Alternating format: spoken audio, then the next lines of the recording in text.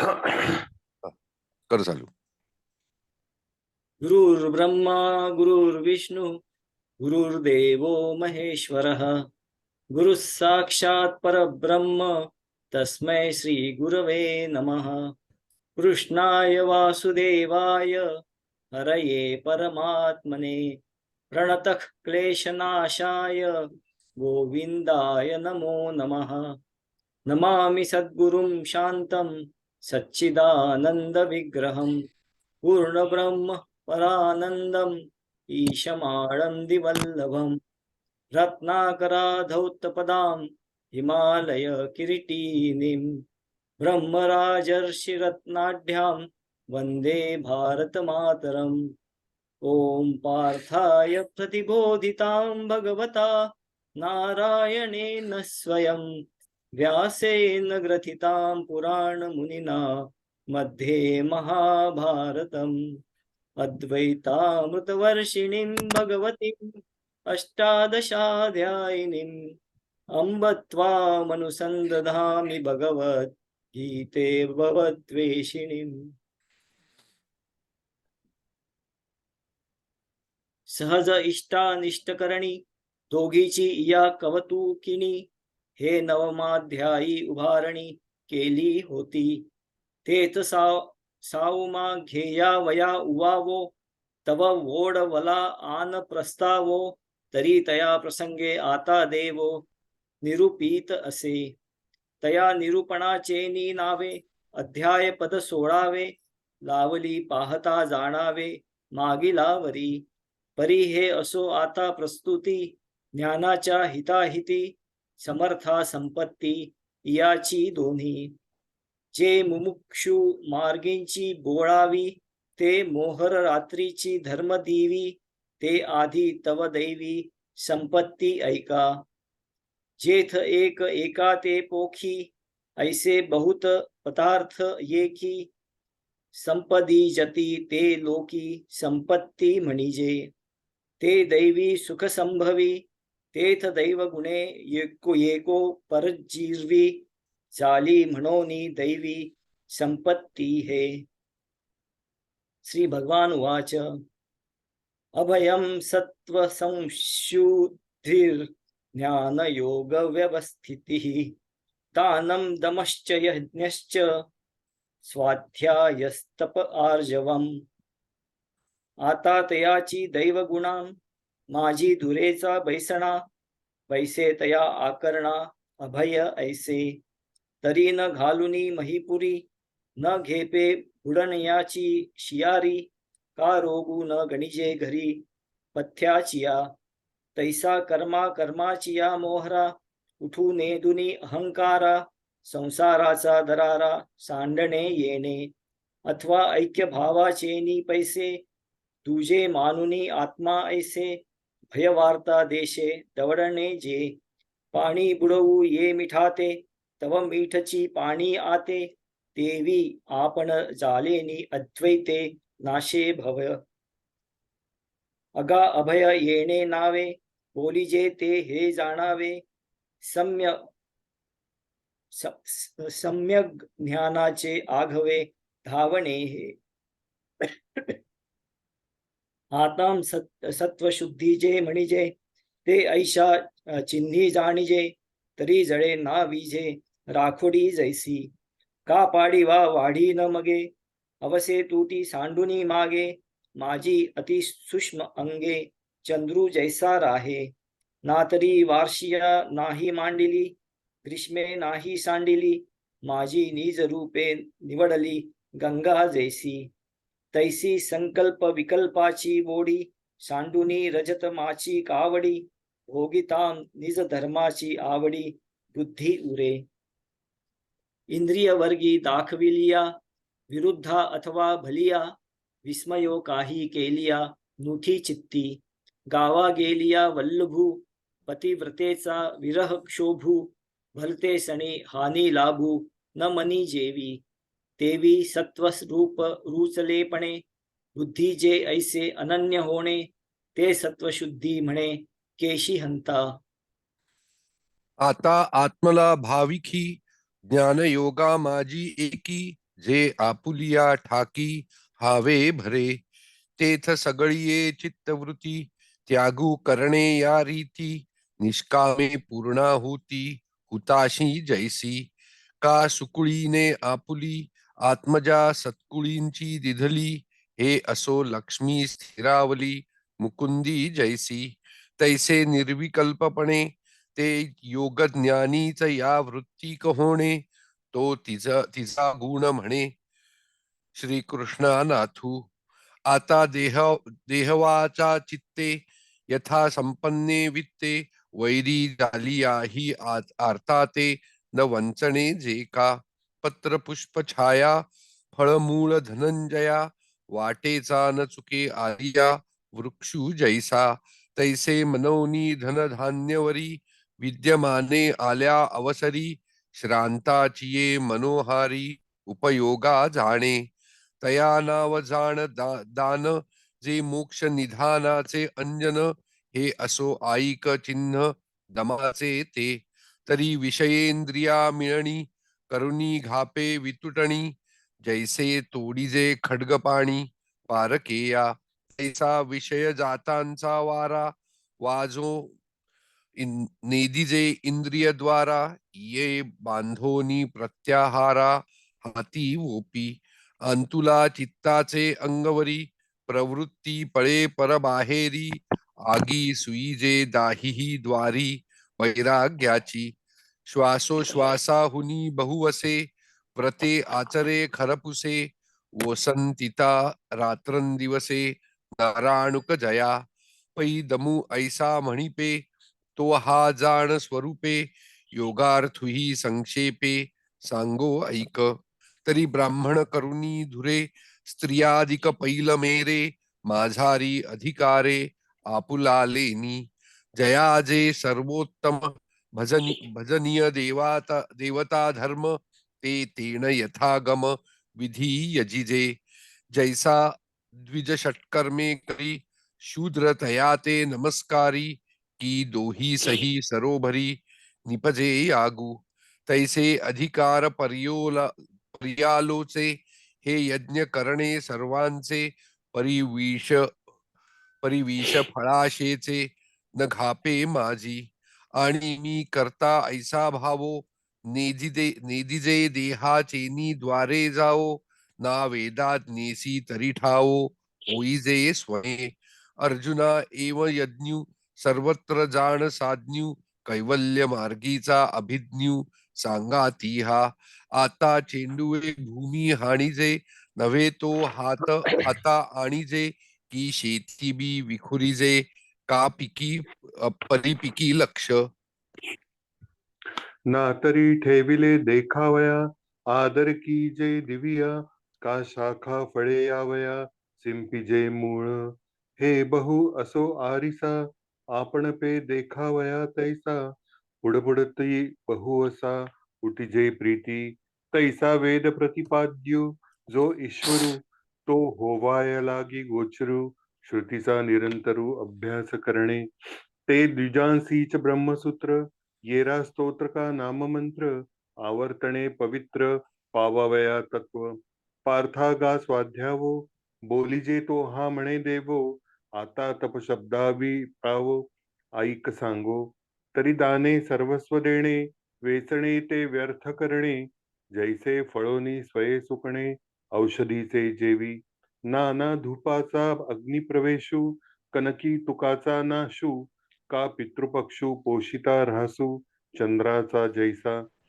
तैसा स्वरूपाची या प्रसरा, लागी प्राणेंद्रिय शरीरा, आटणी करणे जे वीरा, तेची तप, अथवा अनारिसे, तपाचे रूप जरी असे, तरी जाण देवी दुधी हसे, सुदली चाचू, तैसे देह जीवाची मिळणी, जो उदयजत सुये पाणी, तो विवेक अंतःकरणी जागविजे, पाहता आत्मयाकडे, परिबुद्धीचा पैसू चाकडे, सनिद्र स्वप्न बुडे, जागणी जैसे, तैसा आत्म पर्यालोचू, प्रवर्ते तो साचू, तपाचा हा निर्वेचू, धनुर्धरा, आता वा बाळाच्या हिती स्तन्य, जैसी नानाभूती चैतन्य, तैसे प्राणीमात्री सौजन्य, आर्जवते. अहिंसा सत्यम क्रोधस्त्यागः शांतिः अपैशुनम दया भूतेष्वलोलुत्वम मार्दवम ह्रीरचापलम. आणि जगाची या सुखोद्देशे शरीरे वाचा मन मानसे रहाटणे ते अहिंसे रूप जाण. आता तीख होऊन मवाळ जैसे जातीचे मुकुळ का तेजपरी शीतळ शशांकाचे. शकी दाविताची रोगू फेडू आणि जिभे जरी नव्हे कडू ते वोखदू नाही माघडू उपमा कैची. तरी मौपुणे बुबुळे झगडताही परिनाडळे एरवी फोडी कोराळे पाणी जैसे. तैसे तोडावया संदेह तीख जैसे का लोह श्राव्यत्वे तरी माधुर्य पायी घाली. ऐकता कौतुके कानातेची निघती मुखे जे सारा वेचने विके ब्रह्म ही भेदी. किंबहुना प्रियपणे कोणातेही झकवू नेणे यथार्थ तरी खुपणे नाही कवणा. एरवी गोरी कीर काना गोड परी साचाचा पाखाळी कीड आगीचे करणे उघड परी जळवते साच कानी लागता महुर अर्थे विभांडी जिव्हार ते वाचा नव्हे सुंदर लावची पा परी अहिती कोपो निलोप सोप लालनी मऊ जैसे पुष्प तिये मातेचे स्वरूप जैसे का होय तैसे श्रवण सुखत तुर परिणमोनी साचार बोलणे जे अविकार ते सत्य येथे आता घालिताही पाणी पाषाणी न निघे आणि का माथिलिया लोणी कांजी नेदी त्वचा पाये शिरी हाले याही फडे न करी वसंती ही अंबरी न होती फुले नानारंभेचे निही रूपे शुकी नुठे जेची कंदर्पे का भस्मी वन्ही न उद्दीपे धृते ही जेवी तेवीची कुमारू क्रोधे भरे तैसिया मंत्राची बीजाक्षरे तिये निमित्ते ही अपारे मिनलिया परिधातयाही पाया पडती नुठी गतायू पंडुसुता तरी परिधातयाही पाया पडता नुठी गतायू पंडुसुता तैसी नुपचे उपजविता क्रोधर्मी गा अक्रोधत्व ऐसे नावते ये दशे जाण ऐसे श्रीनिवासे म्हणितले तया आता मृत्तिका त्यागे घटू तंतु त्यागे पटू तजिजे जेवी वटू बीज त्यागे का त्यजुनी भिंती मात्र तजिजे आघवेची चित्र का निद्रा त्यागे विचित्र स्वप्न जाळ नाना जळ त्यागे तरंग वर्षा त्यागे मेघ त्याजी जती जैसे भोग धन त्यागे तेवी बुद्धिमती देही अहंता सांडुनी पाही सांडीजे अशेषही संसार जात तया नाव त्यागू म्हणे तो यज्ञांगू हे मानुनी सुभगू पार्थू पुसे आता शांतीचे लिंग ते व्यक्त मज सांग देवो म्हणती चांग अवधान देई तरी गिळोनी ज्ञेयाते ज्ञाता ज्ञानही माघवते आरपे निरुते ते शांती पैगा जैसा प्रळयांबुचा उभडू बुडवुनी विश्वाचा पवाडू होय आपण पे निबिडू आपणाची मग उगम ओघ सिंधू हा नुरेची व्यवहार भेदू परी जैलक्याचा बोधू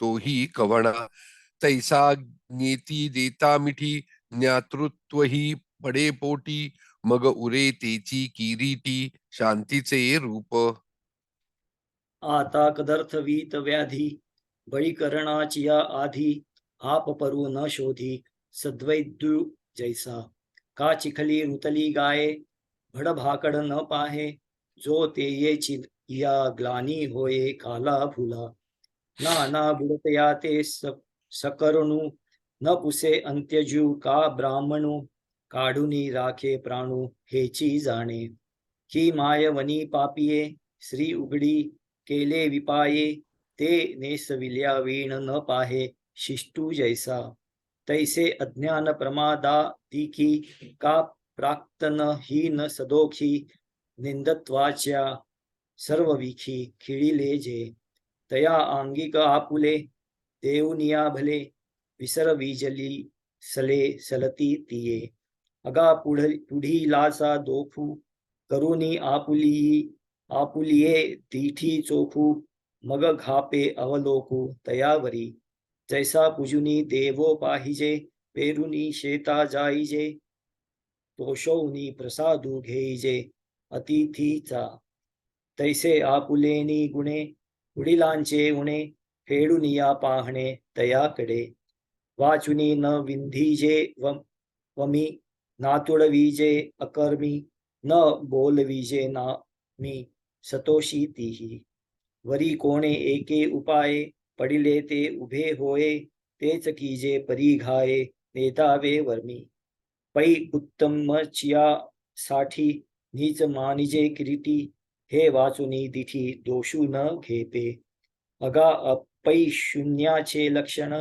अर्जुना हे पुढे जाण मोक्ष मार्गीचे सुखासन मुख्य हे गा आता दया ते ऐसी पूर्णचंद्रिका जैसी निवविता न कडसी साने थोर तैसे दुःखितांचे शिणणे इरता सकण व पणे उत्तमाधम नेणे विवचू गा पै जगी जीवना सारिखे वस्तू अंगवरी उपके परी जाते जीवित राखे तृणाचेही तैसे पुढा लेचिने तापे कळवळलिये रूपे सर्वस्वेसी दिधलेही आपणपे थोडेची गमे निम्न भरलिया विणे पाणी ढळोची नेणे तेवी श्रांत तोषौनी जाणे समोरे पा पै पायी काटा नेहटे तव व्यथा जीवी उमटे तैसा पोळे संकटे पुढी लांचेनी का पावो शीतळता लाहे की ते डोळ्याची लार्गी होय तैसे परसुखे जाये सुखावतू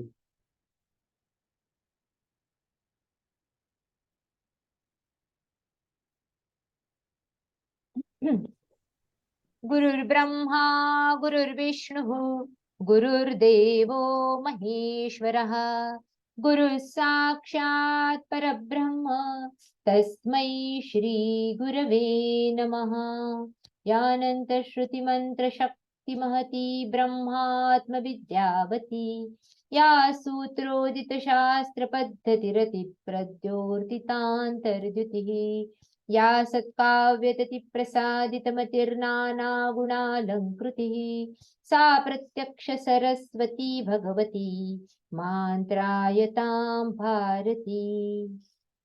भगवंताच्या असीम कृपेमुळे सद्गुरुदेवांच्या अनुकंपेमुळे ज्ञानेश्वरी प्रेमी श्रोत्यांमुळे मित्रमैत्रिणींमुळे भगवद्गीतेच्या आणि ज्ञानेश्वरीच्या आपण 16व्या अध्यायाला मागच्या वेळी प्रारंभ केला. त्या 16व्या अध्यायाच्या अर्थाच्या गाभाऱ्यात आपण शिरलो नाही. मागचा वर्ग झाला नाही कारण दीपोत्सवाचं पर्व होतं आणि बहिरंगामध्ये या दिव्याच्या प्रकाशाचा जो सुंदर एक आपण साज बघितला, जे सुंदर प्रकाश पर्व पाहिलं आणि त्या प्रकाशाला आपल्या अंतरंगामध्ये भरून घ्यायचा प्रयत्न केला. बहिरंगातलं हे दीपोत्सवाचं पर्व अंतरंगामध्ये ज्यांच्या प्रकाशित झालं आहे, ज्यांच्या अंतरंगामध्ये या ज्ञानाच्या ज्योतींची सुंदर अशी आरास निर्माण झाली आहे, हा दीपोत्सव अंतरंगातला ज्या ज्ञानी व्यक्तीच्या अंतरंगामध्ये प्रकाशतो त्याचं सुंदर असं वर्णन आपण 15व्या अध्यायामध्ये पाहिलं. आणि पुरुषोत्तमाचा हा योग इथे भगवद्गीता किंवा भगवद्गीतेच्या उपदेशाचं समापन होतं, हे पण ज्ञानेश्वर महाराजांनी सांगितलं. गीता ही भगवंताची पतिव्रता आहे असं सांगितलं. आणि म्हणून ज्याप्रमाणे माझ्या सासऱ्यांचे फार सुंदर असे दिवाळीचं वर्णन करणारे श्लोक आहेत. तमांसी भूयांसी निवारयंती श्रेयांसी यशांसी समुद्गिरंती उल्हासयंती नितराम मनासी दीपावली वस्तानु तद यशांसी. ते म्हणतात तमाचा नाश करणारी, अंधकाराचा नाश करणारी आणि तमांसी भूयांसी निवारयंती श्रेयांसी यशांसी समुद्गिरंती, श्रेय कल्याणकारी मार्गावर अग्रेसर करणारी यश आपल्या जीवनामध्ये आणणारी, उल्हास जीवनामध्ये देणारी, आपल्याला शोकाकुलतेतून बाहेर काढणारी, आपल्या मनाला उभारी देणारी, नवचैतन्य देणारी ही दीपावली ही सगळ्यांसाठी यश किंवा वाढणारं यश घेऊन येवो असं सुंदर वर्णन करतात.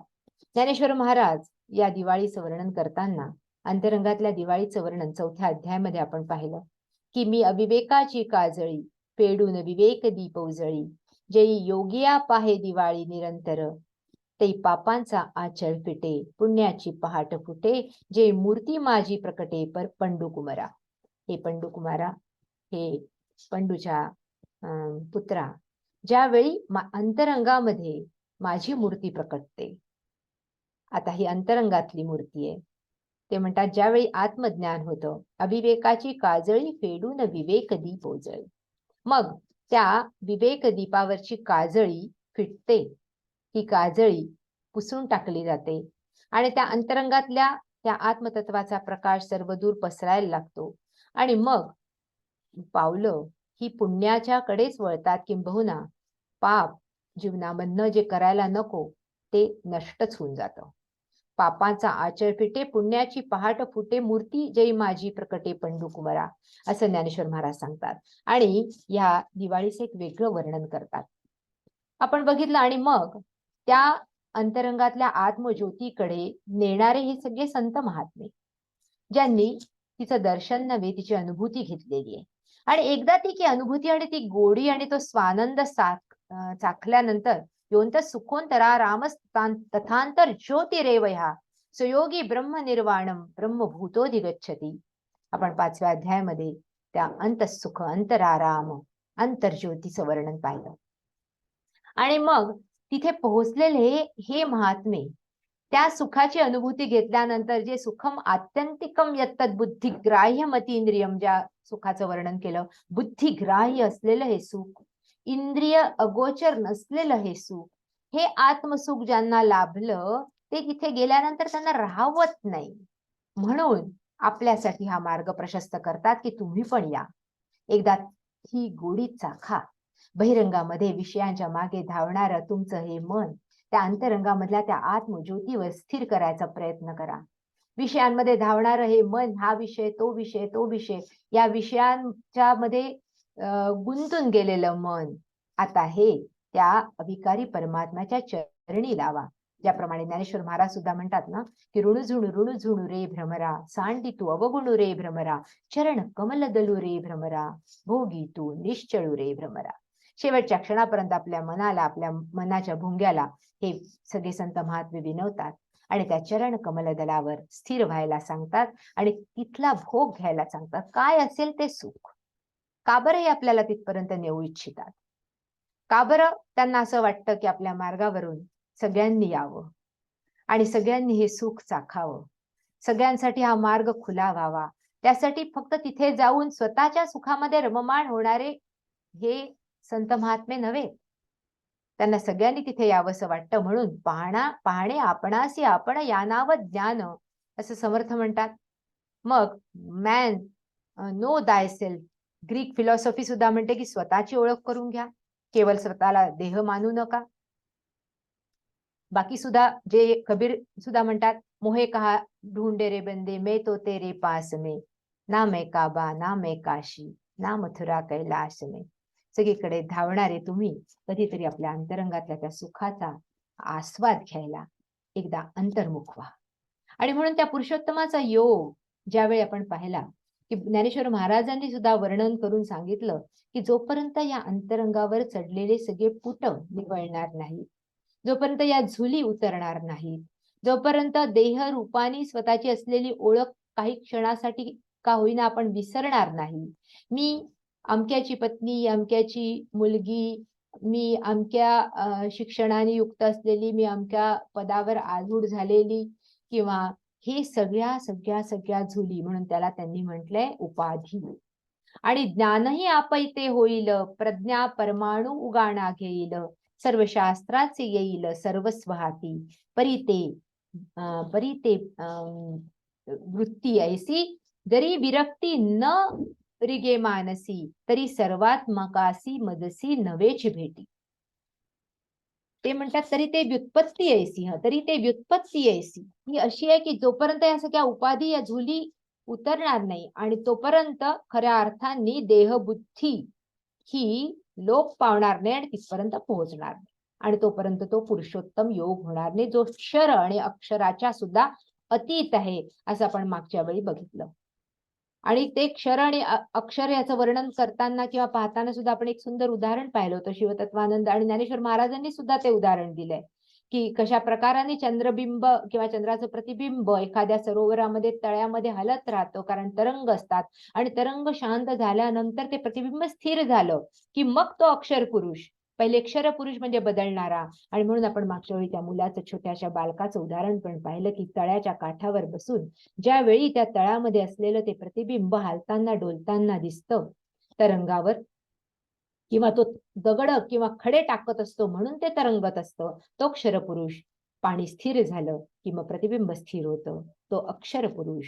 जीवात्मा त्याचं क्षरण होत नाही, पण तरी देखील उत्तम पुरुषस्तु अन्य, उत्तम पुरुष मात्र तो, कारण त्याचं लक्ष हळूच त्या पाण्यावरनं मग त्या चंद्राच्या खऱ्या रूपाकडे जातं किंवा चंद्राकडे जातं आणि त्याला कळतं की अरे चंद्र तर तिथे आहे, हे फक्त प्रतिबिंब आहे. आणि मग त्या उत्तम पुरुषाकडे गेलेल्यांचं वर्णन करताना ज्ञानेश्वर महाराज आता मग 16वा अध्याय, जो प्रॅक्टिकल अध्याय, मनुष्याच्या जीवनाचं सार्थक हे ते ईश तत्व प्राप्त करणं किंवा स्वतःचं स्वरूप प्राप्त करणं. आणि ते स्वरूप आपुला आपण पेया विसर्जो धनंजया तेची रूप यया अज्ञानासी, या अज्ञानाचं आवरण दूर केल्यानंतर मग आपल्याला स्वतःचा जो विसर पडला आहे तो विसर जाईल किंवा ती विस्मृती झालेली आहे ती स्मृतीमध्ये परिणित होईल, असं ज्ञानेश्वर महाराज म्हणतात. आणि तिथपर्यंत पोहोचलेल्यांचं वर्णन करताना मग आपण पाहिलं या 16व्या अध्यायामध्ये, कारण आता त्या परमात्म तत्वापर्यंत, त्या आत्मतत्वापर्यंत, स्वतःच्या त्या दुसऱ्या ओळखीपर्यंत, स्वतःच्या त्या दुसऱ्या स्वरूपापर्यंत ज्याचा आपल्याला विसर पडला आहे, तिथपर्यंत जायचं असेल तर कोणतेच गुण आपल्यामध्ये बाणावे लागतील, त्याचं वर्णन करणारा हा 16वा अध्याय आहे. दैवासुर संपद विभाग योग. दैवी आणि आसुरी असं सरळ सरळ संपत्तीचं वर्गीकरण केलंय. एक चांगली संपत्ती आहे, सुसंपत्ती, एक कुसंपत्ती आहे. आणि दैवी आणि आसुरी म्हणून हे वर्गीकरण हे अत्यंत महत्वपूर्ण आहे. भगवद्गीतेचा गाभा आहे. इथे प्रॅक्टिकल वर्गीकरण भगवंत करतात आणि त्याचबरोबर हे कुठेही जाती, धर्म किंवा उच्च नीचता किंवा धनसंपदा किंवा समृद्धी, प्रतिष्ठा, पद याच्या आधारावरचं वर्गीकरण नाहीये. हे बहिरंगातल्या कुठल्याही उपाधींमुळे केलेलं वर्गीकरण नाहीये. हे वर्गीकरण अंतरंगातल्या गुण अवगुणांमुळे केलेलं आहे. आणि म्हणून हे गुणाधारित वर्गीकरण आहे. भगवद्गीतेची विशेषता जर बाकीच्या फिलॉसॉफीज, जगभर फिलॉसॉफीज आहे, जगभर ठिकठिकाणी मनुष्याला त्या आत्मतत्वापर्यंत पोहोचवण्यासाठी, त्याला सोल म्हटलं जाईल, त्याला आणखी ब्लिस म्हटलं जाईल, तिथपर्यंत पोहोचवण्याचे मार्ग सांगितले आहेत. पण हे गुणाधारित वर्गीकरण संपूर्ण जगाला 2 याच्यामध्ये विभागित केलंय, गुड और बॅड, चांगलं आणि वाईट. चांगलं काय आणि वाईट, तो हा अध्याय आहे. आणि म्हणून ज्ञानेश्वर महाराज या अध्यायाची सुरुवात करताना पुन्हा एकदा मंगलाचरणाने करतात आणि त्या आत्मतत्वापर्यंत पोहोचल्यानंतर काय होतं याचं वर्णन करतात. आपण पाहिलं, मावळवीत विश्वाभासू नवल उदयला चंडांशू अद्वयाब्जीनी विकासू बंधू आता जे अविद्या राती रुसोनिया गिळ ज्ञान चांदणिया जो सुदिनू करू ज्ञानिया स्वबोधाचा.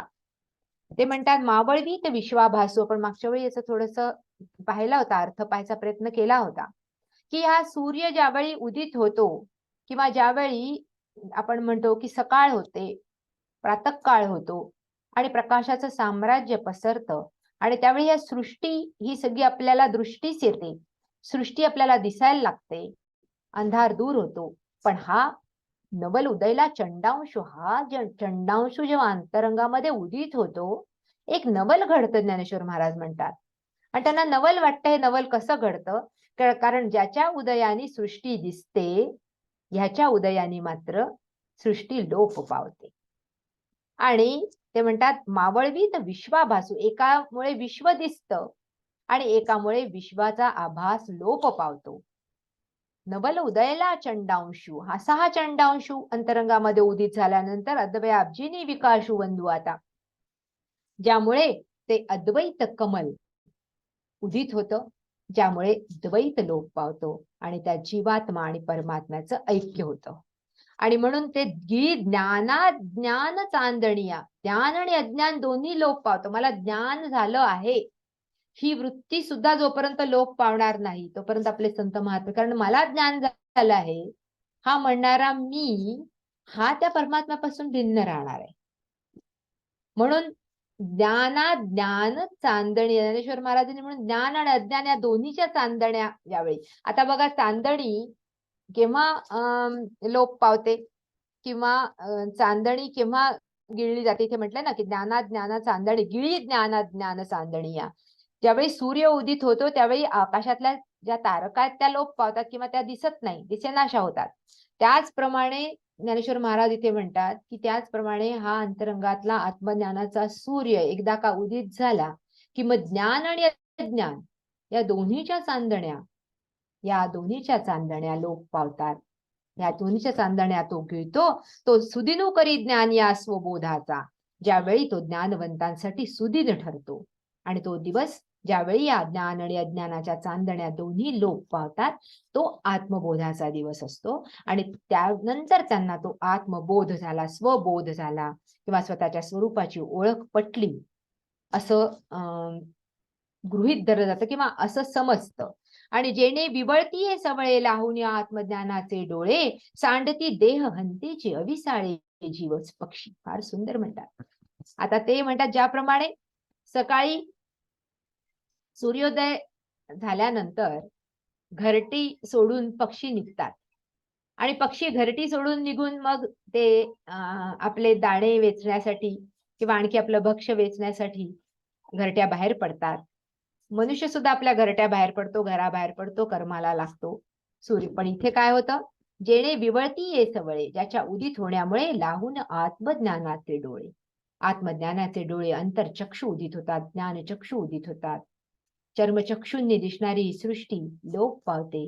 ज्ञानचक्षूंनी मग सांडती देह हंतेची. आणि मग देहाचा अहंकार जो आहे, देह अहंता, या देहाचा अहंकार की मी फक्त देह आहे, ही भावना नष्ट होते. अविसाळे जीव पक्षी. आणि म्हणून देह अविसाळे म्हणजे घरटी, घरट्यामध्ये बंदिस्त झालेलं हे आत्मतत्व या घरट्यातून त्या व्यापकाला आलिंगन देण्यासाठी बाहेर पडतं. आणि म्हणून घरामध्ये असलेले ज्याप्रमाणे सूर्योदयानंतर बाहेर पडतात पक्षी, त्याप्रमाणे आता सांडिती देह हंतेची अविसाळे जीव पक्षी, हा जीव पक्षी व्यापक होतो आणि तो या घरट्यातून बाहेर पडतो, फक्त देह बुद्धीतून बाहेर पडतो. आणि मग आत्मबुद्धी लेऊन तो त्या आपल्या आत्मस्वरूपाची ओळख पटल्यानंतर त्या व्यापक विश्वात्मकाशी त्याला बिलगण्यासाठी या देहाच्या घरट्यातून बाहेर पडतो किंवा या देहबोधातून बाहेर पडतो, देहबुद्धीतून बाहेर पडतो.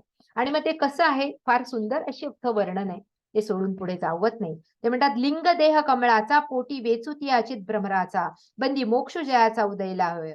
आता ज्याप्रमाणे कमळाचं उदाहरण देतात ज्ञानेश्वर महाराज, ज्याप्रमाणे कमळामध्ये रात्रीच्या वेळी पराग सेवनासाठी असलेला तो भ्रमर, ती कमलकलिका मिटल्यानंतर त्या कमळाच्या मध्ये बंदिस्त होऊन जातो. त्याचप्रमाणे हा जीवरूपी जो भ्रमर आहे तो या लिंग देह रूपी या देहामध्ये बंदिस्त झालाय.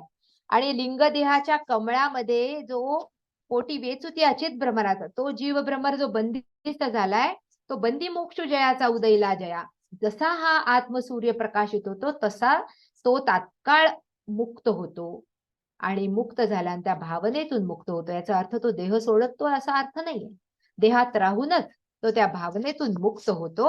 आणि मग त्याचं आणखीन एक उदाहरण देतात, ज्याप्रमाणे चक्रवाक पक्षी असं म्हटलं जातं की रात्रीच्या वेळी त्यांना अंधत्व येतं, दिसत नाही आणि मग अशा वेळी ते चक्रवाक पक्षी ज्यावेळी आपले काही भक्ष्य वेचण्यासाठी किंवा दाणे वेचण्यासाठी आपल्या घरट्यापासून दूर जातात आणि मग मध्ये नदी असते आणि त्या नदीच्या एका याच्यावर त्याची मादी आणि दुसऱ्या याच्यावर नर, ते दोघही जण रात्रभर दिसत नाही म्हणून ओरडत राहतात.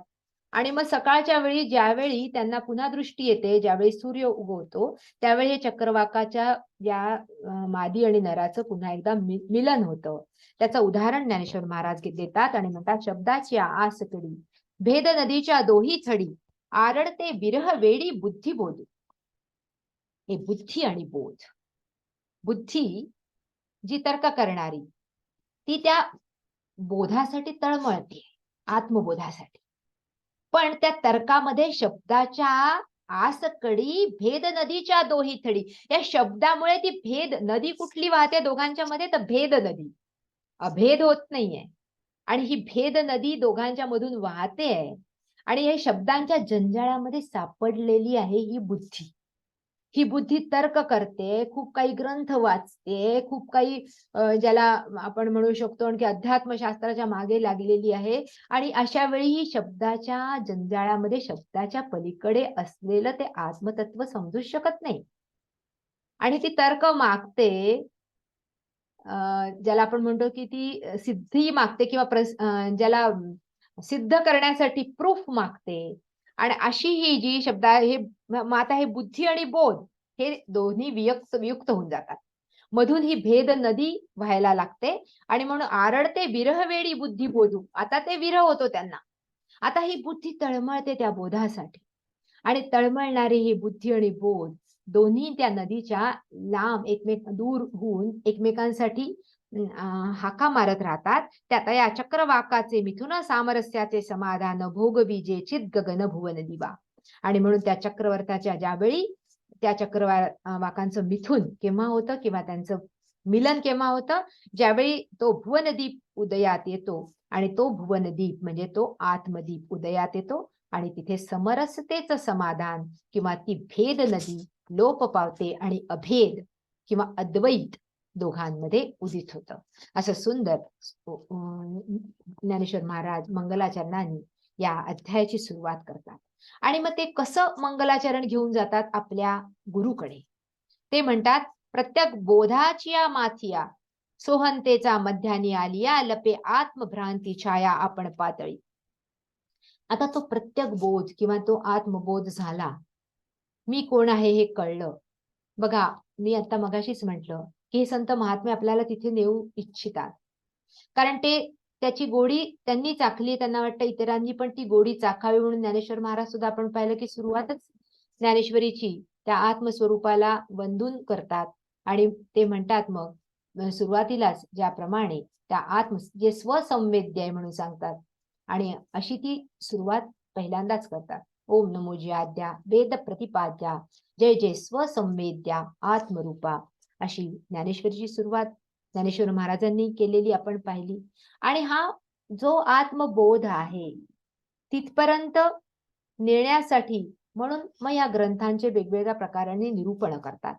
त्या आत्मबोधास करताना ते म्हणतात, कधी कधी मला असं वाटतं आत्मबोध कसा असेल, कधी विचार केला तर असं वाटतं की ज्याप्रमाणे आपण नटून थटून बाहेर जातो, वेगवेगळ्या समारंभामध्ये जातो, वेगवेगळ्या कार्यक्रमांमध्ये जातो, कार्यक्रमही नाही, आपल्या कार्यासाठी बाहेर निघतो, त्यावेळी आपण ज्याप्रमाणे बाहेर किंवा सृष्टीला जे भावतं त्याप्रमाणे आपण या सृष्टीशी भेटतो किंवा सृष्टीमध्ये विचरण करतो, आपलं कार्य करतो. आणि त्यानंतर आपण परत येतो. परत आल्यानंतर आपल्याला ते वस्त्र ते सगळं उतरवून टाकावंसं वाटतं आणि सहज जे आपल्याला भावेल असं, ज्याच्यामध्ये आपण कसे दिसतो याचा विचारही येणार नाही, असे वस्त्र प्रत्येक जण केव्हा आपण ते बहिरंगामध्ये परिधान केलेले सृष्टीला दाखवण्यासाठी तयार केलेलं स्वतःचं रूप उतरवतो. आणि केव्हा एकदा आपण सहजतेने, ज्याच्यामध्ये आपण कम्फर्टेबल आहे अशा वस्त्रामध्ये येतो, असं प्रत्येकाला वाटतं की नाही. तसंच हे आत्मदर्शन आहे. आणि त्यावेळी या सगळ्या झुली उतरवून गेल्यानंतर मग जी सहजता येत असेल. आणि म्हणून ज्ञानेश्वर महाराज त्याच्यासाठी वर्णन करताना म्हणतात, जो प्रत्येक बोधाची या माथ्या सोहंतेचा मध्यानी आलिया. त्या प्रत्येक बोधाच्या माथ्यावर तो ज्यावेळी येतो तो बोध होतो आणि मग त्यावेळी तो सोहम भाव उदित होतो. त्या सोहम भावाची मध्यान्ह होते. मध्यान्हाच्या वेळी सूर्य सगळ्यात जास्ती तळपत असतो आणि त्यावेळी म्हणजे 12 वाजताची वेळ, त्यावेळीची गंमत अशी असते की सूर्य दुपारी 12 वाजता सगळ्यात जास्त तळपतो आणि त्यावेळी सावली कुठे येते? सावली पायाखाली येते, दोन्ही पावलांच्या खाली येते. ज्ञानेश्वर महाराज म्हणतात, जो प्रत्येक बोधाची या माथिया सोहंतेच्या माध्याने आलिया लपे आत्मभ्रांती छाया आपण पातळी.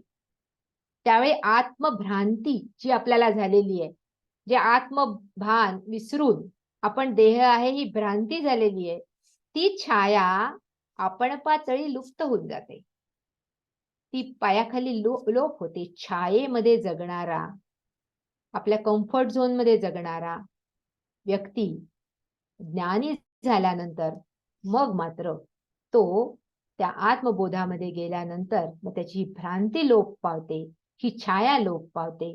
त्याप्रमाणे ज्ञानेश्वर महाराज म्हणतात ना की अंग सोडून छाया आलिंगी तो सीमा, या छायेमध्ये जगणं बंद होतं आणि वास्तवामध्ये त्या वास्तवाचं दर्शन त्याला होतं. ज्ञानेश्वर महाराज म्हणून म्हणतात, मग न दिसणे नसी मावळवी दोही झाकिले ते सेंग पालवी, काय बहु बोलवते आगवी उखाची आणि.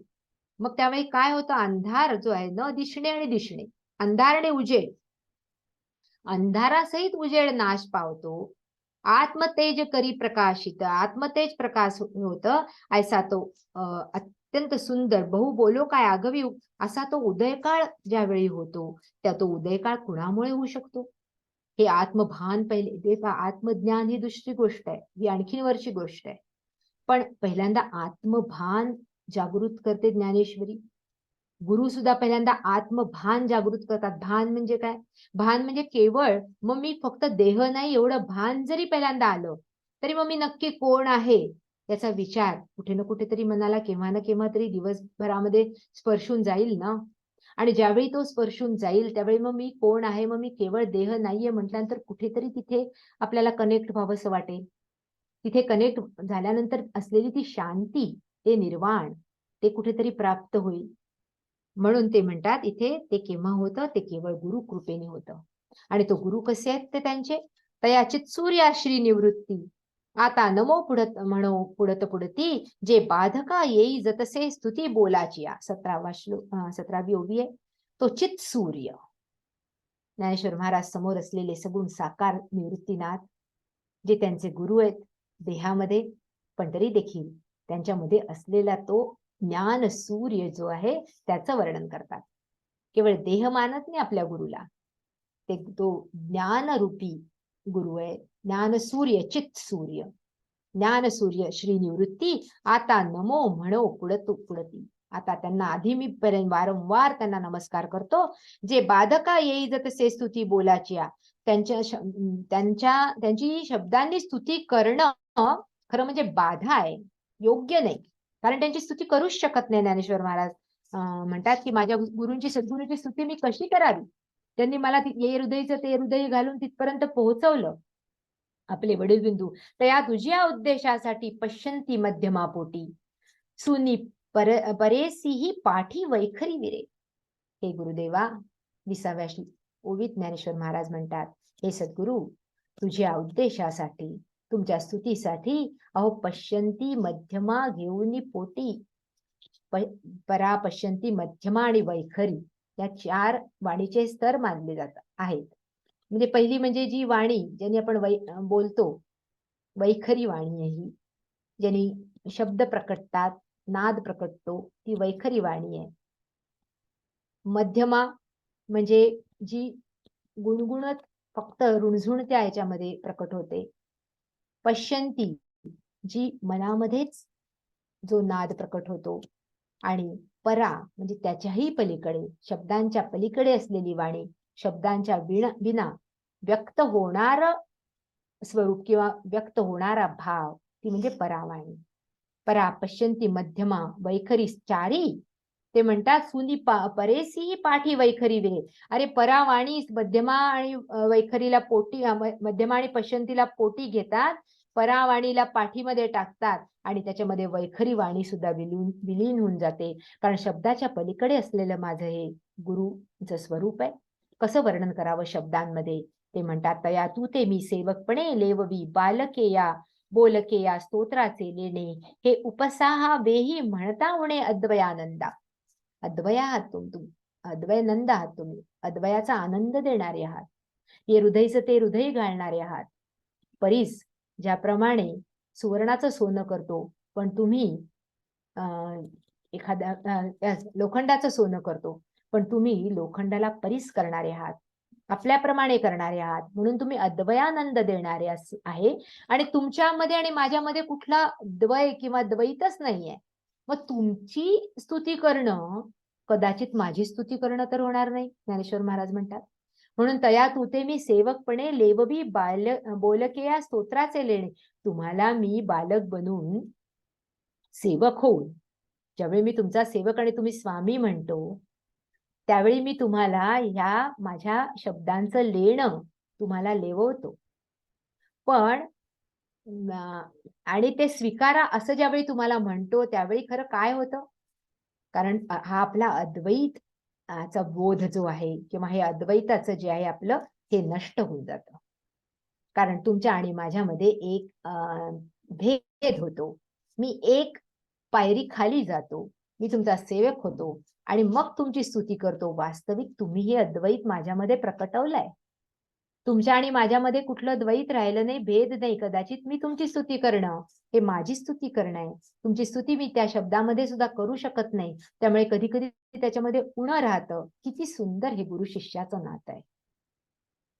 725 वर्षापूर्वी प्रत्यक्ष ज्ञानेश्वर माऊलींच्या मुखातून प्रकटलेल्या या ओव्या अमृताने ओथंबलेल्या, आणि कसं माध्यम होऊन जगावं हे शिकणाऱ्या, कसं आपलं सगळं कर्तृत्व आपल्या गुरूंच्या चरणी व्हावं हे शिकवणाऱ्या या सुंदर ओव्या ज्ञानेश्वर महाराज म्हणतात, बाळा उचित जाणणे होय तरी बाळपणाची के आहे, परिसाचची येरी माये म्हणवली तोषी.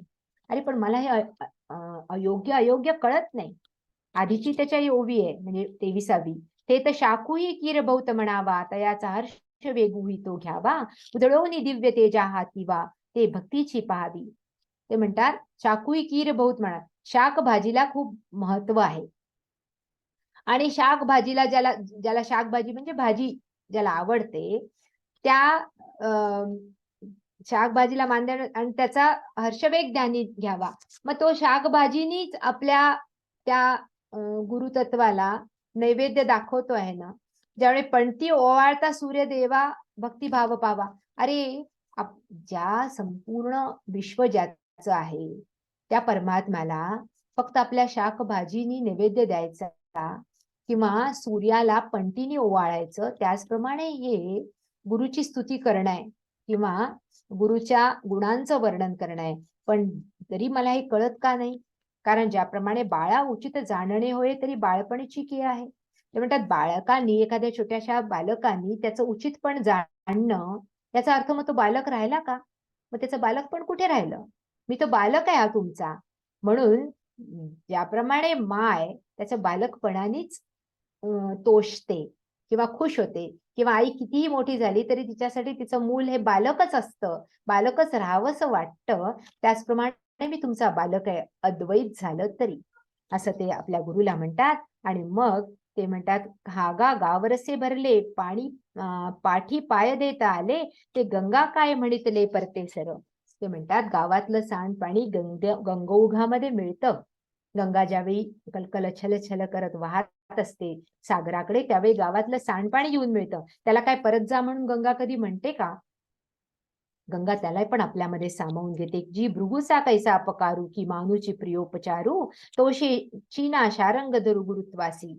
अरे भृगुने एवढा अपकार केला आणि त्या शारंगधर त्या विष्णूच्या छातीवर लाथ मारली, पण तो सुद्धा ती लाथ त्याचा प्रियोपचार, त्याचं प्रियत्व मानून किंवा त्याचं प्रेम समजून ती शारंगधराने आपल्या छातीवर ती खूण ग्रहण केली ना. त्याचप्रमाणे मी आहे तेव्हा भेदबुद्धीची ये तुळे घालून सूर्यश्लेषाचे कांटाळे तुकिलासी ते एकी वेळे उपसाही जोजी. त्यामुळे भेदबुद्धीच्या तराजूमध्ये तुळे म्हणजे तराजू तुलनेनी मी तुमची सूर्यासहित उपमा केली आणि त्या म्हणून तुम्ही कृपा करून मला तुम्ही क्षमा करावी गुरुदेवा. तुमची खरं म्हणजे मी उपमा करूच शकत नाही, पण जी काही तुमची स्तुती किंवा जे काही तुमचं वर्णन किंवा जी काही माझ्या वाणीतून भक्ती प्रकटली ती कशामुळे प्रकटली? ज्ञानेश्वर महाराज म्हणतात, परी मी आज तुझ्या गुणी लाचावलो अपराधू नगणी भलते करी परी अर्धधणी नुठी कदा. तुमचं गुणवर्णन करण्यासाठी आज तुझ्या गुणी लाचावलो अपराधू नगणी. माझं मन ललचावलंय, त्याच्याशिवाय मी पुढे जाऊच शकत नाही. आणि म्हणून माझ्या हा अपराध तुम्ही मनावर मानू नका. भले ते करी बे अर्धधणी नुठी कदा. मी आता ह्या अर्ध्यातून सोडणार नाही तुमची स्तुती करणं. मी इथून नुठी कदा, इथून मी उठणार नाही. मला तुमची पुरती स्तुती करू द्या ना.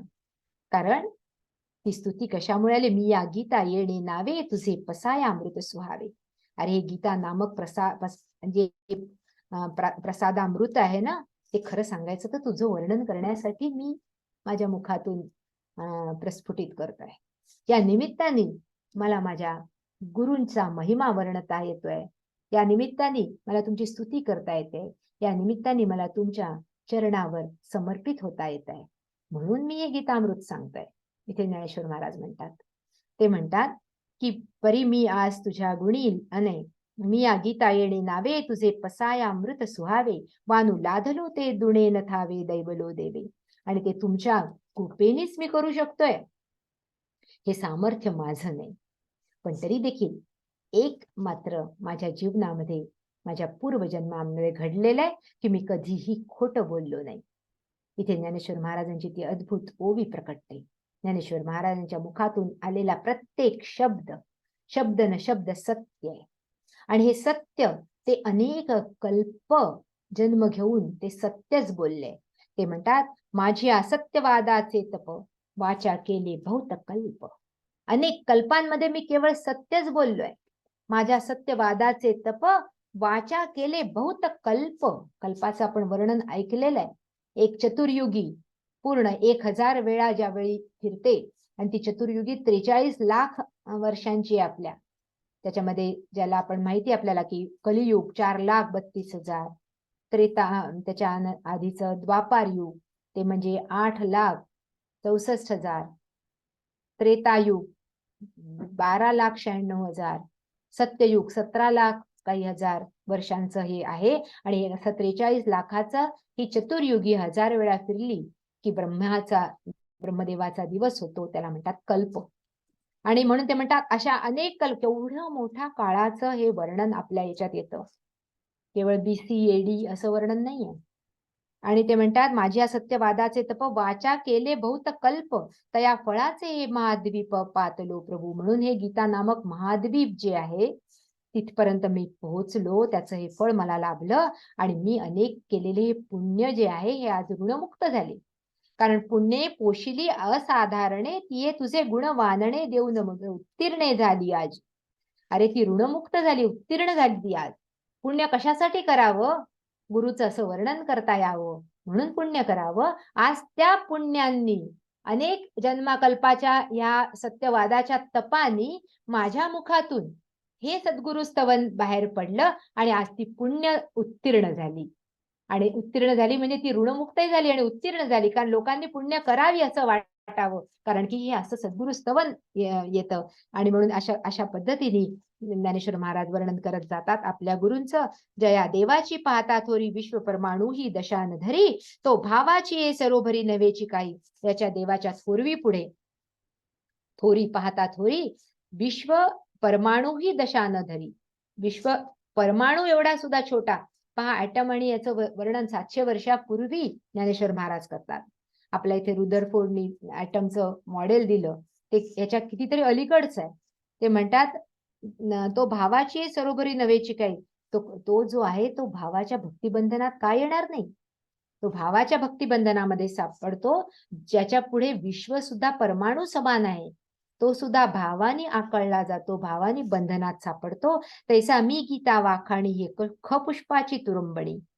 मी गीता सांगणं, ज्ञानेश्वर महाराज म्हणतात मी स्वतः गीता सांगणं हे खपुष्प. ख म्हणजे आकाश. आकाश पुष्पाचा सुगंध घेण्यासारखं आहे खरं म्हणजे. आकाश पुष्प कुणी पाहिलंय? त्याचा सुगंध कसा असतो कोणी पाहिलाय? परिसमर्थे तू आशिरयाणी फेडिली ते. पण तुम्ही तुमच्या सामर्थ्याने तुम्ही माझी ही हौस फेडली. म्हणून तुझे प्रसादे मी तापद्ये आघादे निरूपीन जी विशदे ज्ञान देवो म्हणे. गुरुदेवांना म्हणतात तुझ्या प्रसादाने मी या गीता श्लोकांचं निरूपण, गीता पद्याचं निरूपण करतो. ही अगाध आहे वास्तविकता, पण निरूपीने ती विशदे ज्ञान, पण विशदपणे मी आता ते सांगतो. आणि मग पुन्हा एकदा 15व्या अध्यायामध्ये कसं वृक्ष रूपकाने या संसाराचं रूप परमात्म्याने आपल्या समोर मांडलं. आणि मग तो वृक्षरूप परिभाषा केले उपाधी रूप अशेषा सद्वैद्ये देशे दोषा आलिंगिना. त्या ज्याप्रमाणे सद्वैद्य म्हणजे एखादा चांगला वैद्य असतो, डॉक्टर असतो, तो चिकित्सा करून दोषांचं किंवा असलेल्या रोगाचं कारण सांगतो, विश्लेषण करतो. त्याप्रमाणे सद्वैद्य चिकित्सा करून दोषाचं का तसं वृक्षरूपक देऊन मग ह्या उपाधींचं किंवा कशा पद्धतीने हा वृक्ष आहे, त्याचं मूळ कसं वर आहे, त्याचं सगळं वर्णन त्यांनी केलं. पाठी उत्तम पुरुष आणि कुटस्थ जो अक्षरू दाविला पुरुष प्रकारू ते उपहिताही आकारू चैतन्या केला.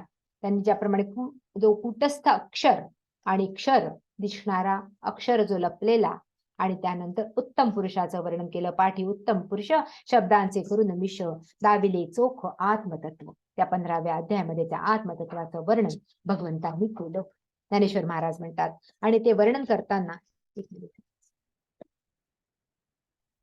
ज्याप्रमाणे ज्ञानेश्वर महाराजांनी एका ठिकाणी वर्णन केलं आणि ते सांगताना अक्रियू मी एकू असंगू मी अशोकू व्याप्यू मी व्यापकू पुरुषोत्तमू मी. त्या पुरुषोत्तमाचं वर्णन करताना ज्ञानेश्वर महाराजांच्या मुखारविंदातून अद्भुत अशा ओव्या प्रकटतात. पण तिथपर्यंत असणारी उडी, तिथपर्यंत असणारी आपली झेप कशी घ्यायची, त्यासाठी कुठले गुण आपल्या जीवनामध्ये बाणायचे, त्याचं वर्णन करणारा हा अध्याय. आणि त्या अध्यायाची सुरुवात भगवंत करतात. अभयम सत्व संशुद्धिर्ज्ञान योग व्यवस्थितिः दानंदमश्च यज्ञश्च स्वाध्यायस्तपार्जवम्. भगवंतांनी स्वतःहून या अध्यायाची सुरुवात केली आणि 26 गुणांचं, सद्गुणांचं वर्णन केलं, ज्याला त्यांनी दैवी संपत्ती हे नाव दिलं. आणि दुसरी आसुरी संपत्ती, त्याचं पुन्हा विस्ताराने वर्णन केलं. अर्जुनाला सांगून दिलं की तू दैवी संपत्ती युक्त आहेस आणि दैवी संपदा घेऊन जन्मलेला आहे. माशुच संपदम दैवी अभिजातोसी पांडव. तू जन्मताच दैवी संपत्ती घेऊन जन्माला आलेला आहे. तू कुंतीच्या पोटी जन्माला आलेला आहे किंवा तुझ्यामध्ये ते गुण आपोआप जन्मजात किंवा ज्याला आपण म्हणू शकतो जीन्स मधून आणि बाकीच्या वातावरणांमधून सुद्धा संक्रमित झालेलं आहे. आणि म्हणून त्याचं वर्णन करताना मग ह्या 26 गुणांचं वर्णन येतं. ज्ञानेश्वर महाराज ज्याप्रमाणे किंवा समर्थ रामदास स्वामी म्हणतात की उत्तम गुण अभ्यासता येते. हे उत्तम गुणांचं वर्णन ह्यासाठी आहे. दासबोधामध्ये सुद्धा रामदास स्वामींनी वेगवेगळ्यांचे लक्षणं सांगितले. त्याच्यामध्ये मूर्खाचे पण लक्षणं सांगितले, उत्तम पुरुषाचे लक्षणं सांगितले. हे सगळे लक्षणं सांगताना त्यांनी सांगितलं की कोणते वगळावे आणि कोणते आपल्या याच्यामध्ये म्हणजे आपल्या याच्यामध्ये संक्रमित करावे गुण. त्यासाठी हे गुणांचं वर्णन आहे, हे गुणवर्णन आहे. आणि ही गुणाधारित वर्गीकरण आहे. आपण पाहिलं आता अभय पहिल्यांदा जो हे सांगितलेला आहे तो त्याला सेनापती म्हटले अभय. आता तयाची दैव गुणा माझी धुरेचा बैसणा बैसे तया आकरणा अभय ऐसे. त्या सगळ्या दैवी गुणांमध्ये धुरेचा म्हटलं. धुरेचा म्हणजे जो अग्रेसर आहे, ज्याला म्हणून विनोबा भावेंनी सेनापती म्हटलं. ज्याप्रमाणे सेनापती असतो आणि त्याच्या पाठीमागे बाकीची सेना चालायला लागते, त्याप्रमाणे हा अभय हा गुण जर आला तर आपोआप बाकीचे गुण जे ज्याचं वर्णन आणखी 25 गुणांमध्ये केलेलं आहे ते सगळे गुण आपोआप अंगी बाणायला लागतात. म्हणून ही जी ज्याला आपण म्हणू शकतो गुणांचं आधान करणं किंवा गुण आपल्या जीवनामध्ये संक्रमित करणं हे प्रत्येक थोर पुरुषांनी सांगितलेले. थोर पुरुषांच्या जीवनामध्ये आपण पाहतो, मग ते या देशात जन्मलेले असो की दुसऱ्या देशात. रुझवेल्ट असं म्हणतात, अमेरिकेचे राष्ट्रपती, ते रोज एक गुण सकाळी उठून आपल्या डायरीत लिहायचे. मग तो डिसिप्लिन असेल किंवा आणखीन कुठलाही असेल, स्वच्छता असेल, तर तो आज दिवसभर मी किती माझ्यामध्ये संक्रमित करू शकलो किंवा त्याचं अनुसंधान करू शकलो हे रात्री स्वतःच समीक्षण ते लिहित असत. म्हणून हे म्हणतात उत्तम गुण अभ्यासता येतील. रामदास स्वामी म्हणतात उत्तम गुणाचं वर्णन यासाठी करायचं की ते अभ्यासता येतात. आणि म्हणून ज्यावेळी पुरुषोत्तम किंवा रामाचं वर्णन ते करतात त्यावेळी ते म्हणतात की तू गुणांचा आधार आहे. रामो विग्रहवान धर्म. मी तुझं चिंतन यासाठी करतो की तुझ्यातले गुण माझ्यामध्ये संक्रमित व्हावे. आणि मग सुंदर असं सगळ्यांना माहित आहे ते की किती छान रामदास स्वामींनी सगळे गुण रामाला मागितले. कोमलवाणी दे रे राम, निर्मल करणी दे रे राम. त्यामुळे कितीतरी दास कहे हे सद्गुण धाम, उत्तम गुण मोहे दे दो राम. राम राम जय राजा राम, पावन भिक्षा दे दो राम. ही पावन भिक्षा त्यांनी रामाला मागितली. त्याच वर्णन करताना ज्ञानेश्वर महाराज या अभयाचं वर्णन करतात. हे अभय केव्हा येईल हे ज्ञानेश्वर महाराज म्हणतात. कारण अभय ही गोष्ट अशी आहे की ज्यावेळी मला हे अभय आणि निर्भयतामध्ये थोडा फरक आहे. निर्भय होणे, निधड्या छातीचं होणे ही एक म्हणजे बाजू आहे त्याच्यामध्ये. पण दुसरी बाजू ही आहे की मला कुणापासून भय नाही ही निर्भयता जर असली, तसंच माझ्यापासून सुद्धा कुणाला भय वाटू नये हे संत महात्मांचं लक्षण असतं. त्याला म्हणतात अभय. अभयम वै प्राप्तोसी जनका. याला वर्णन करताना जनकाला सुद्धा म्हटलेलं आहे की तू आधी अभय प्राप्त कर. तुकाराम महाराजांच्या जीवनातला प्रसंग आपण पाहिलाय. ज्यावेळी ते भंडाराच्या त्या पर्वतावर किंवा टेकडीवर जाऊन योगासन करत किंवा योग किंवा विठ्ठलाचं नामस्मरण करत भगवत भक्ती किंवा ध्यान धारणा करत त्यावेळी त्यांच्यापासून पहिल्यांदा गेल्यानंतर सगळे कावळ्या चिमणे उडून जायचे आणि त्याचं त्यांना दुःख व्हायचं. त्यांना अजून माझं भय वाटतं. या अर्थी मी अजूनही त्या अभेदाकडे गेलो नाही. अजूनही माझ्यामध्ये तो भेद आहे, अजूनही देहबुद्धी आहे. आणि म्हणून हळूहळू हळूहळू ती तल्लीनता तुका झाला पांडुरंग, आधी होता सत्संग तुका झाला पांडुरंग, या भावापर्यंत पोहोचलेले तुकाराम महाराज आपोआप त्यांच्या अंगावर कितीतरी कावळ्या चिमणे येऊन बसायचे तरी ते तल्लीनतेने त्या विठ्ठलाच्या नामस्मरणामध्ये रंगून जायचे. हे अभय. आता त्या कावळ्या चिमण्यांना सुद्धा त्यांचं भय वाटत नाही, म्हणून याला सेनापती म्हटलंय. आणि म्हणून गुरुदेव तर म्हणतात याच्यामध्ये की परमार्थाचा आधार हा अभय आहे आणि परमार्थाचं फळ सुद्धा अभय आहे. आपल्या मनामध्ये हे सगळं जे अभय, हे ज्ञानेश्वर महाराज त्याला म्हणतात अगा अभय येणे नावे, बोली जेते हे जाणावे, सम्यक ज्ञानाचे आघवे धावणे. तो अभय म्हणून ज्याचं नाव आहे त्याचा खरा स्वभाव ते काय आहे हे जाणून घ्या. ते म्हणतात सम्यक ज्ञान, म्हणजे समरसतेचं ज्ञान किंवा समत्व होत नाही तोपर्यंत परिपूर्ण अभय येणारच नाही. परिपूर्ण अभय त्याच वेळी हे म्हणजे संभवतं ज्यावेळी आत्मज्ञान प्राप्त होतं. त्यावेळी खऱ्या अर्थाने परिपूर्ण अभय मनुष्याला प्राप्त होतं. म्हणून अभयाला सेनापती म्हटलंय. मनुष्याचं जीवन हे भयग्रस्त आहे. आपण आत्ताच कोरोना महामारीमध्ये कितीतरी भय पाहिलं आणि देहबुद्धीमध्ये हे भय अधिकाधिक वाढत जातं. या भयाचं वर्णन करताना एक श्लोक आपण मागे पाहिला होता आणि तो श्लोक असा होता, भोगे रोग भयम कुले च्युती भयम वित्ते नृपालाद भयम माने दैन्य भयम गुणे खल भयम रूपे जराया भयम शास्त्रे वाद भयम. हे सगळे भय आहेत. भोगे रोग भयम कुले च्युती भयम. ज्यावेळी खूप भोग मिळतात, प्राप्त होतात, खूप संपन्नता असते, त्यावेळी रोगाचं भय असतं. कुले च्युती भयम. कुल जर खूप उच्च असेल, घराणं असेल तर त्याला कोणी च्युत करू नये. त्याच्यामध्ये कोणी कुलग्न किंवा त्या कुलाचं नाव मातीमध्ये मिळवणारा जन्मू नये असं वाटतं. भोगे रोग भयम कुले च्युती भयम वित्ते नृपालाद भयम. खूप वित्त असेल, संपन्नता असेल तर राजाचं भय असतं.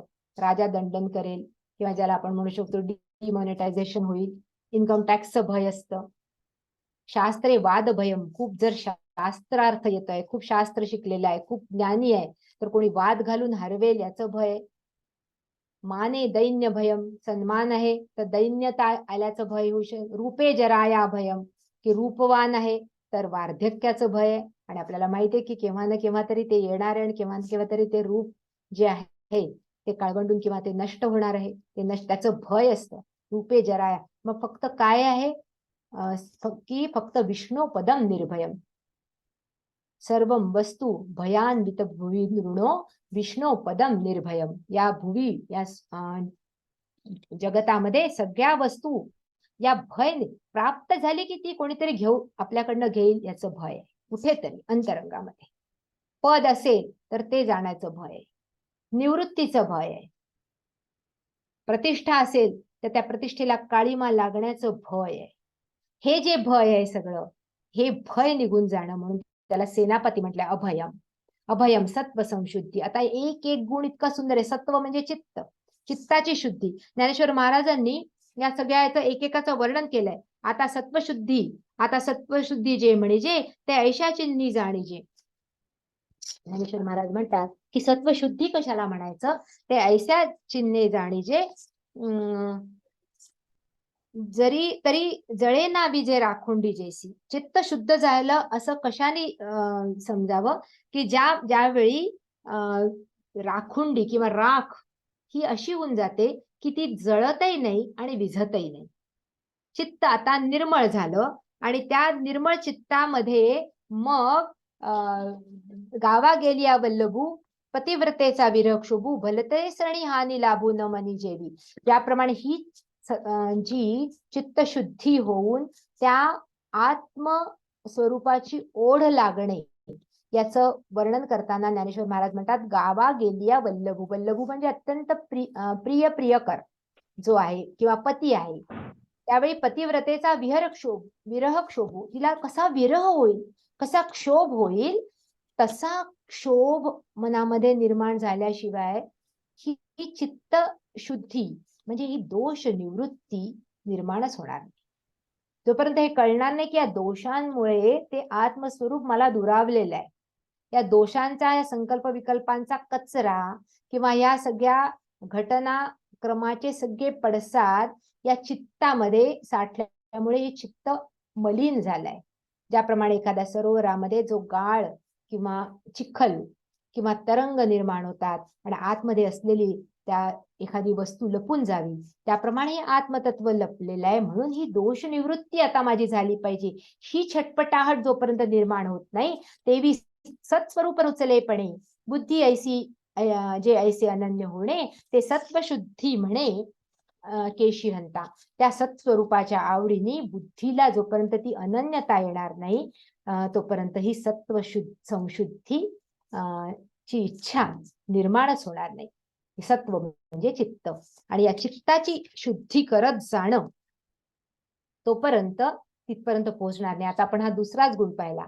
मग ज्ञान योग व्यवस्थिती हा गुण येतो. ज्ञान म्हणजे प्रॅक्टिकल ज्ञान, योग म्हणजे एकाग्रता. ज्ञान हा भगवद्गीतेचा परमप्रिय शब्द आहे, पण ज्ञानाबरोबर मग योग आल्याशिवाय मग या ही चित्ताची संशुद्धी झाल्यानंतरच मग ते ज्ञान ग्रहण करण्याची पात्रता आणि त्याच्यासाठी योग रूपाची एकाग्रता प्राप्त होते. आणि मग त्याच्यानंतर दान, दम, यज्ञ, स्वाध्याय, तप, आर्जवम असे एकेका गुणाचं आणि एकेका याचं व्याख्या रूपामध्ये अद्भुत असं वर्णन ज्ञानेश्वर महाराज करतात. मग ते तपाचं वर्णन असो की ते आणखीन आपल्या दानाचं वर्णन असो, त्या वर्णनापर्यंत आपण पुढच्या वेळी जाण्याचा प्रयत्न करू. आज खरं म्हणजे आपण 160 ओव्यांपर्यंत पोहोचलो होतो, पण तरी देखील मी 80 पर्यंतच या निरूपणाच्या माध्यमातून चिंतन तुमच्या समोर प्रस्तुत करू शकली. ते सुद्धा ज्ञानेश्वर महाराजांच्या कृपाप्रसादाने त्यांच्या चरणावर अर्पण करते.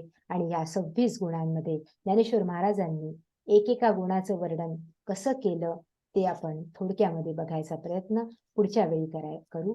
आजचं विवेचन इथेच थांबवते. ज्ञानेश्वर महाराज की जय. सद्गुरुदेव भगवान की जय.